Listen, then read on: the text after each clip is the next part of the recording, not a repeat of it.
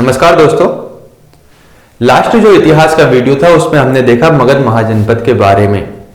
मगध महाजनपद में हमने देखा कि किस प्रकार से नंद वंश के अंतिम शासक धनानंद को चंद्रगुप्त मौर्य द्वारा परास्त किया गया और वहां पर मौर्य वंश की स्थापना की गई।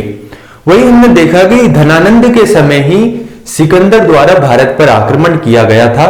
तो आज हम देखेंगे कि विदेशी आक्रमण किस प्रकार यहां पर हुए, पहले किसके द्वारा सबसे पहले भारत पर विदेशी आक्रमण किया गया, उन सभी शासकों के बारे में आज हम जानेंगे। तो आज का हमारा टॉपिक है विदेशी आक्रमण या कहें भारत पर विदेशी आक्रमण। अगर हम विदेशी आक्रमण की बात करें तो सबसे पहले भारत पर ईरानियों द्वारा या ईरानी आक्रमण हुए, जिसे हम पारसिक आक्रमण भी कहते हैं। किस वंश के द्वारा सबसे पहले आक्रमण किया गया? तो ईरान का एक वंश था हखामनी वंश। हखामनी वंश द्वारा सबसे पहले भारत पर आक्रमण हुआ। तो बात करते हैं ईरानी आक्रमण के बारे में या पारसिक आक्रमण के बारे में। ईरान का एक शासक था साइरस द्वितीय। साइरस द्वितीय द्वारा भारत पर सबसे पहले आक्रमण किया गया लगभग 558 से 530 ईसा पूर्व के मध्य, और इसने जो आक्रमण किया इस आक्रमण में यह असफल हुआ।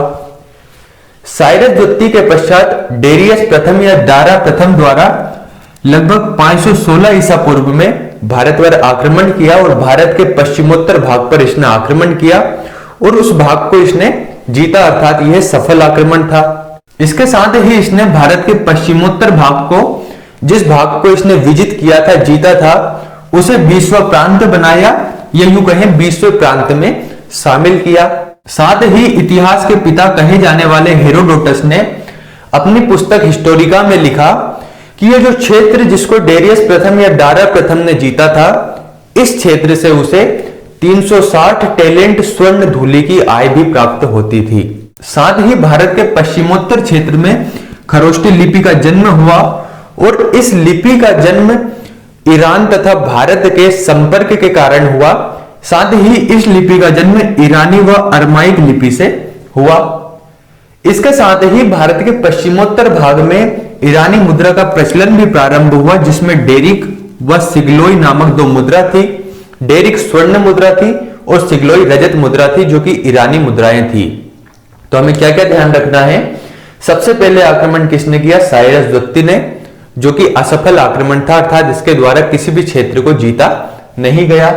दूसरा डेरियस या दारा प्रथम द्वारा किया गया भारत के पश्चिमोत्तर भाग पर, जिसे उसने जीता। जीतने के पश्चात इसे 20वें प्रांत में शामिल किया या कहें इसी को 20वां प्रांत बनाया लगभग 516 ईसा पूर्व में। इसके बारे में कहां से जानकारी प्राप्त होती है? तो इसके बारे में प्रमाण है हेरोडोटस की हिस्टोरिका में कहा गया कि 360 टैलेंट स्वर्ण धूलि की आय उसे यहां से, अर्थात इस क्षेत्र से प्राप्त होती थी। इससे कौन सी लिपि का जन्म हुआ? तो खरोष्टी लिपि का जन्म हुआ और डेरिक और सिग्लोई नामक दो स्वर्ण मुद्रा का और रजत मुद्रा का प्रचलन, जो कि ईरानी मुद्रा थी, उसका प्रचलन इस भाग में प्रारंभ हुआ। तो ये तो था ईरानी आक्रमण। ईरानी आक्रमण के पश्चात यूनानी आक्रमण या ग्रीक आक्रमण के बारे में देखते हैं। यूनानी आक्रमण में जो आक्रमण किया वह किया था सिकंदर द्वारा, अर्थात ये यूनान से संबंधित था। तो यूनान से जिसने आक्रमण किया वह था सिकंदर। सिकंदर के बारे में अगर हम बात करें तो सिकंदर का जन्म हुआ 356 ईसा पूर्व में मकदूनिया, या इसका एक और नाम है मेसिडोनिया प्रांत में। मकदूनिया या मेसिडोनिया प्रांत, जो कि यूनान या ग्रीक का एक प्रांत था, उसमें सिकंदर का जन्म हुआ 356 ईसा पूर्व। इसके पिता का नाम था फिलिप। इसके पिता की लगभग 336 ईसा पूर्व में मृत्यु हो जाती है और पिता की मृत्यु के पश्चात सिकंदर शासक बनता है। इसके गुरु का नाम था अरस्तु, अर्थात सिकंदर का गुरु कौन था? अरस्तु। तो याद रखिएगा, सिकंदर का जन्म हुआ 356 ईसा पूर्व में मकदूनिया में। पिता का नाम था फिलिप और गुरु कौन थे? अरस्तु। विश्व विजेता बनने के उद्देश्य से सिकंदर यहां पर निकलता है और यह सबसे पहले भारत पर 326 ईसा पूर्व में आक्रमण करता है। जब यह भारत पर आक्रमण करता है उस समय मगध का शासक था धनानंद। पिछले वीडियो में हमने देखा कि मगध में नंद वंश का अंतिम शासक धनानंद था, जिसके समय 326 ईसा पूर्व में सिकंदर ने आक्रमण किया। जब यह आक्रमण के लिए निकलता है तो इसके कुछ प्रमुख सेनापति थे, जिनमें निरियाकस, सेल्यूकस व अरिस्टोबुलस। निरियाकस इसका जल सेनापति था। तो इसके सेनापति निरियाकस, सेल्यूकस व अरिस्टोबुल्स प्रमुख रूप से यहां पर देखने को मिलते हैं। भारत में यह सर्वप्रथम सिंध व झेलम नदी के किनारे एक शासक था, राजा आम्बी अर्थात तक्षशिला का यह शासक था, वहां पर पहुंचता है और तक्षशिला का शासक राजा आम्बी इसके सामने या कहें आत्मसमर्पण करता है। साथ ही आत्मसमर्पण करने के पश्चात इसकी विजय के अभियान में साथ भी देता है। तो भारत में सर्वप्रथम तक्षशिला का राजा आम्बी इसके सामने आत्मसमर्पण करता है, अर्थात युद्ध नहीं करके डायरेक्ट रूप से आत्मसमर्पण करता है। इसके पश्चात एक युद्ध है भारत में ही, झेलम या वितस्ता का युद्ध 326 ईसा पूर्व, बहुत प्रसिद्ध युद्ध है। यह युद्ध सिकंदर व पोरस के मध्य हुआ और पोरस पूर्व राज्य का शासक था। तो जब आम्भी या कहें राजा आम्भी तक्षशिला का शासक आत्मसमर्पण करता है तो सिकंदर की सेना यहां से आगे की ओर बढ़ती है और झेलम व चिनाब नदी के मध्यवर्ती इलाके में पहुंचती है। वहीं पर एक राज्य था पुरु राज्य, पुरु राज्य का शासक था पोरस। तो पोरस और सिकंदर के मध्य युद्ध होता है जिसे झेलम या वितस्तता का युद्ध कहा जाता है। 326 ईसा पूर्व में यह युद्ध हुआ। हालांकि इसमें पोरस की हार होती है, किंतु पोरस की वीरता को देखते हुए सिकंदर पुनः उसके राज्य को वापस लौटा देता है।